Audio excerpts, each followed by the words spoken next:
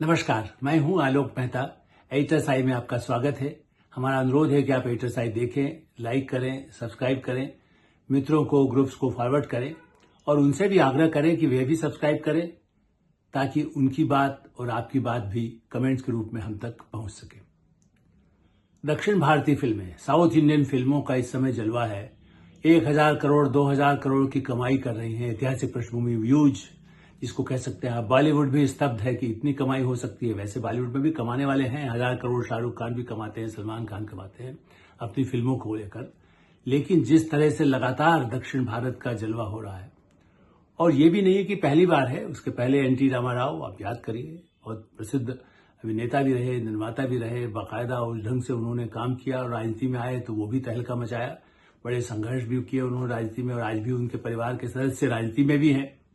और इस दृष्टि से करुणानिधि हैं, एमजी रामचंद्रन हैं, कितने नाम गिनाए, जिससे एक प्रसिद्धि भी मिली और उन्होंने समाज के लिए काम किया। लेकिन इस समय एक और बात मैं कह रहा हूं, फिल्मों में आपने देखा होगा, हेमा मालिनी ने भी ऐसी फिल्मों में काम किया जहां चोरी देवानंद के साथ काम करें या किसी और के साथ काम करें। आता था ना, ड्रीम गर्ल हैं लेकिन साथ साथ उनके लिए कई जगह ऐसा है, स्मगल कर रही हैं, चोरी कर रही हैं, इस तरह की कहानियां भी फिल्मों में आई। लेकिन अब तो सचमुच में फिल्म जगत को, और एक तरह से संदिग्ध, जिस तरह से कह सकते हैं कि ऐसे कलाकार जिनका नाम हो चुका है, कन्नड़ की रान्या राव, हर्षवर्धनी राव, उनका असली नाम है हर्षवर्धनी, अब हर्षवर्धनी बन रही है दुखवर्धनी। रान्या राव बड़ी पॉपुलर हुई कन्नड़ सिनेमा में और बड़ी छाई हुई थी, उनकी बड़ी प्रशंसा होने लगी थी। लेकिन जिस तरह से बंगलोर एयरपोर्ट पर वो पकड़ी गई, सोने का 14 किलो से अधिक, 14-15 किलो, 14.5 किलो, 14.5 किलो, आप समझिए, इतना किलो बेल्ट बांध करके जो आई है। ये हो सकता है आप 3 दिनों से खबरें सुन रहे हैं, लेकिन मैं इसलिए कुछ और मुद्दे साथ में उठाना चाहता हूं, इसलिए उस पर विस्तार से बात कर रहा हूं। पहले ठीक है, कई बार मिलता है, फिर वो कुछ अपना जब बचाव कर रही है, अब तो वो एनफोर्समेंट और जो कस्टम्स हैं, जो जांच अधिकारी है, उन्हीं पर भी आरोप लगाने लगे, नहीं हमें तंग किया जा रहा है। आरती उतारना चाहिए था रान्या राव को स्मगलिंग के आरोप में पकड़ने के बाद वहीं पर, चूंकि उनको तो आरती क्यों, आरती उतारने सिक्योरिटी प्रोटोकॉल, कर्नाटक सरकार की पुलिस बाकायदा उनको बगैर किसी जांच पड़ताल के ले जा सके, वो कई साल भर से ले जाते थे। सीधे उनका कोई बड़ा से बड़ा अधिकारी होता है जिसके पास होम मिनिस्ट्री का कार्ड हो, उसकी भी जांच होती है। यदि कोई विदेश से आ रहा है, दुबई से आ रही है आप, और उसके बाद आप बेल्ट बांधा हुआ है, निकल गई थी, वो तो पहले से कई बार लगातार इन महीनों में जा रही है, तो कहीं न कहीं ये जांच एजेंसियों की शंका हुई कि ये अभिनेत्री जाती हैं फिर आती है, ऐसा वहां क्या काम कर रही है। वहां तो कोई फिल्म बन नहीं रही है। ठीक है, आप कोई मित्र होता है, कोई घूमने जाता है, लेकिन नियमित रूप से जाती है और फिर तब तक उनको भी शायद एहसास ना हो कि कौन है, लेकिन फिर भी अंदाज होगा कि कुछ है। तो उन्होंने चुपचाप, कर्नाटक पुलिस को हवा लगती तो शायद फिर से वो मामला दब जाता। मैंने इसलिए मैं पूरी पुलिस पर नहीं लगा, जो वहां के जो जुड़े हुए कोई अधिकारी हो, चूंकि पुलिस का एक जो भी जिसके लिए सुपुर्द किया गया प्रोटोकॉल जिसको कह सकते हैं, जो विशिष्ट अतिथियों के लिए, वीआईपी को लाने के लिए होता है, वो रान्या राव को लेकर के जा रहा था। और अब ये सामने आया है कि वो कितनी बार लाई होंगी, वो कितनी बार ऐसे कंट्रीज में गई हैं, मलेशिया, दुबई, ऐसे आसपास उस इलाकों में, वहां से क्या वो इंटरनेशनल बहुत बड़े स्मगलर गैंग का हिस्सा बन गई। देखिए, हम जब बात करते हैं तो उसमें कैसे कैसे लोग फंसते हैं। मैं इसलिए कहता हूं, कोई आप यदि स्टार हैं तो आप बिल्कुल आरती उतारे हैं, जब मीडिया के हैं तो आरती उतारे हैं, डॉक्टर हैं तो आरती उतारे, इंजीनियर हैं तो उतारे, ऐसा नहीं है। उनमें भी कोई विदेशी षड्यंत्र में स्मगलर्स के साथ फंस सकता है, वो आतंकवादियों के साथ फंस सकता है, तो उनके लिए कोई क्षमा नहीं है, उनके लिए वही कानून है। और रान्या राव क्या कर रही है, अदालत जाकर के रोना गाना, बाहर आकर के, जो मीडिया में जरूर छपता है, टीवी में आंसू जल्दी दिखाई देते हैं, अरे मुझे बड़ा तंग कर रहे हैं, कि कोई कहेगा वहां महिला पुलिस अधिकारी कौन था कि नहीं थी, क्या हुआ। भाई लगा, जो पकड़ा गया वो तो वही सबूत है, एयरपोर्ट पर पकड़ा गया है, 14 किलो सोना, कोई ऐसा नहीं है। और उनके पिता, अब वो ठीक है, वो सौतेले पिता है कि असली पिता है, ये तो एक अलग बात है, सौतेले पिता भी कहे, लेकिन पिता के साथ तो रही शादी अभी कुछ महीने पहले, जो भी उनका दावा है कि साहब वो तो अलग रहने लगी थी। तो वो नहीं सवाल है, सवाल यह है कि वो पुलिस के डीजी हैं वहां पर कर्नाटक के, और अब ये आया कि कर्नाटक के 1 या 2 मंत्रियों से उनका रहा है, संपर्क रहा, और इसीलिए जब उनको गिरफ्तारी हो रही थी तो तुरंत मंत्री का फोन मिलाया। अब फोन को खगाला जा रहा है, तभी पता चला कि कितनी उनका क्या कनेक्शंस हैं।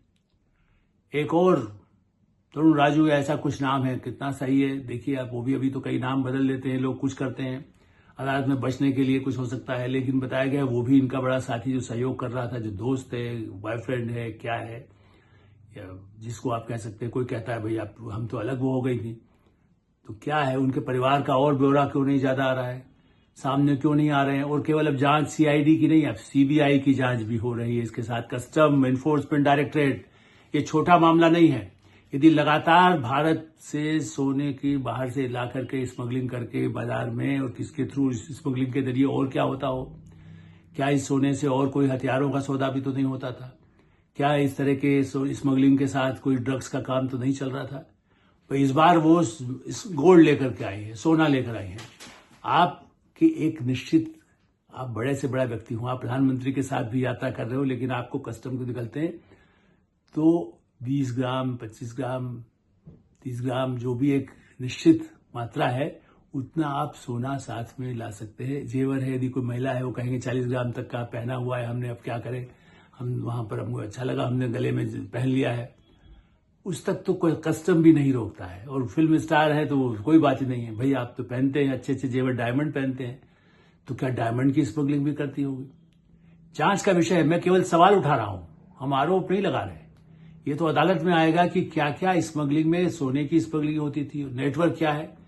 अंतर्राष्ट्रीय जांच इस तरह के लिए आवश्यक होती है, उसमें बाहर इंटरपोल से सहायता लेने की जरूरत हो सकती है, क्योंकि यदि कोई ऐसा स्मगलर्स का गैंग है जो इनका एक मासूम सिनेमा की लोकप्रिय एक्टर, पॉपुलर एक्ट्रेस यदि इस जाल में फंसी है, तो इसको किसने फंसाया है और कौन इस स्मगलर के पीछे गैंग कौन है। राजनेता, पुलिस, ये सबसे पहले से ही, आज की रिपोर्ट नहीं, एनएन वोरा साहब की रिपोर्ट है, कैसे गठजोड़ अपराधियों के साथ, क्रिमिनल, माफिया, पुलिस और नेता, यहां दोनों मिल रहा है। पिता डीजी है, 4 महीने पहले बोले, उसके पहले क्या साल भर सुविधा तो उसी लिए मिलती है भाई, वरना कौन सा किसका आदेश है, ये भी मुख्यमंत्री स्पष्ट नहीं करोगे, हम नहीं जानते, जांच हो रही सीआईडी की। अरे आपके मंत्री का नाम यदि आता है और आपकी पुलिस है, तो मुख्यमंत्री को खुल करके बोलना चाहिए कि हाँ इसको अधिक से दंड मिले, बिल्कुल क्यों नहीं होना चाहिए। अब भारतीय जनता पार्टी का मामला नहीं है, वो भारतीय जनता पार्टी की सरकार के समय इनकी किसी कंपनी को, जिसमें राव का नाम भी था, उस कंपनी को क्या स्टील की फैक्ट्री लगाने के लिए कोई जमीन दी गई थी। अब उसमें कौन कौन पार्टनर थे, और बाद में तो ये भी स्पष्ट हो गया कि वो पैसा ही जमा नहीं किया तो जमीन कैसे मिलती, जमीन ही नहीं मिली। तो आप ये कहें कि वो बीजेपी की, कांग्रेस की सवाल नहीं है। फैक्ट्री लगाने के लिए आधिकारिक रूप से फिल्मों से जो पैसा बना करके इनकम टैक्स में दिया है, तो उस पर अपराध थोड़ी लागू हो रहा है। अपराध तो उसे माना जा रहा है जो स्मगलिंग में इंटरनेशनल गैंग सामने आना।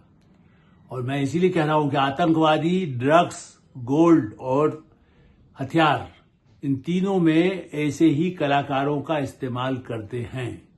आप याद करिए, सुनील दत्त जैसा देवता जिसको आप लोग मानते थे, जिन्होंने पूरे देश भर में अभियान चलाया, ड्रग्स के खिलाफ भी चलाया, चूंकि संजय दत्त, और वो कांग्रेस के भी बड़े और सभी पार्टियों के थे। सुनील दत्त तो इतने बड़े कलाकार थे, कांग्रेस से उनके संबंध थे, सत्ता थे, लेकिन उसके बाद भी संजय दत्त को किसी ने उपयोग किया, माफिया ने किया, आतंकवादी किया, बंदूक उनके यहां मिली, जो पूरा मामले पर बन ही जाता, लेकिन उनको कितना जेल में रहना पड़ा था, और इसलिए ड्रग्स का भी उनको अभ्यास हुआ, उसको भी इलाज करने के लिए जरूरत पड़ी।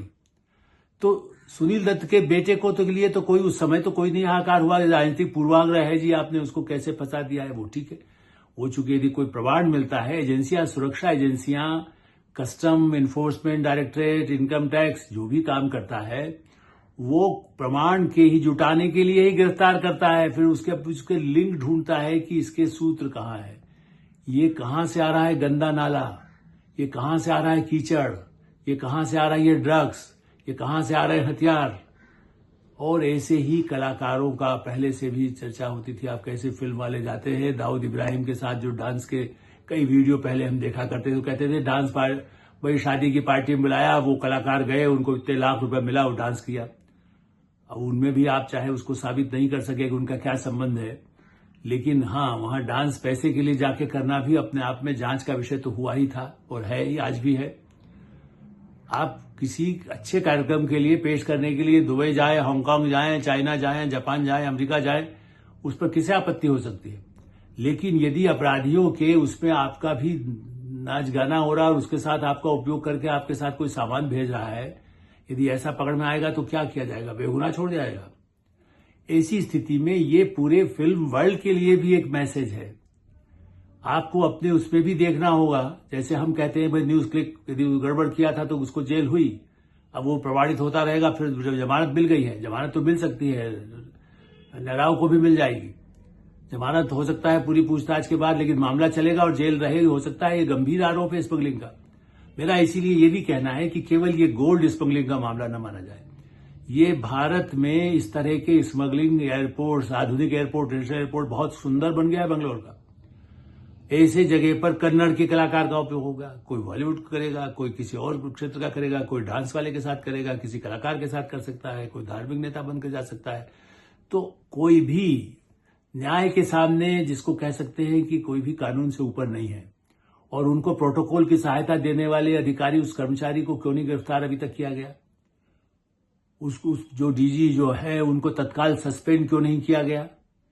कर्नाटक सरकार क्यों बचाना चाहती है? तत्काल सस्पेंशन से कम वो अपने प्रभाव का उपयोग करके सबूतों को नष्ट करने से, या सबूत देने वाले गवाह जो बन जाते हैं उनको रोकने की कोशिश तो नहीं कर सकते। सवाल यह भी है। केवल वो जब कोई केस चलता है तो निरपराध हर आदमी कहता है, बड़ा से बड़ा आतंकवादी भी जब अदालत में जाता है तो कहता है नहीं मैं तो नहीं कुछ किया है। अब सबूत सामने होते हैं तो उसके बाद तो उसको फांसी होती ही है। इसलिए गोल्ड, ड्रग्स, हथियार की स्मगलिंग के पूरे गैंग के लिए जो जांच हो, उसमें उस पूरी तफ्तीश की जाए, और उसमें केवल रान्या राव नहीं, जो दोषी है उन पर कठोरतम कार्रवाई हो।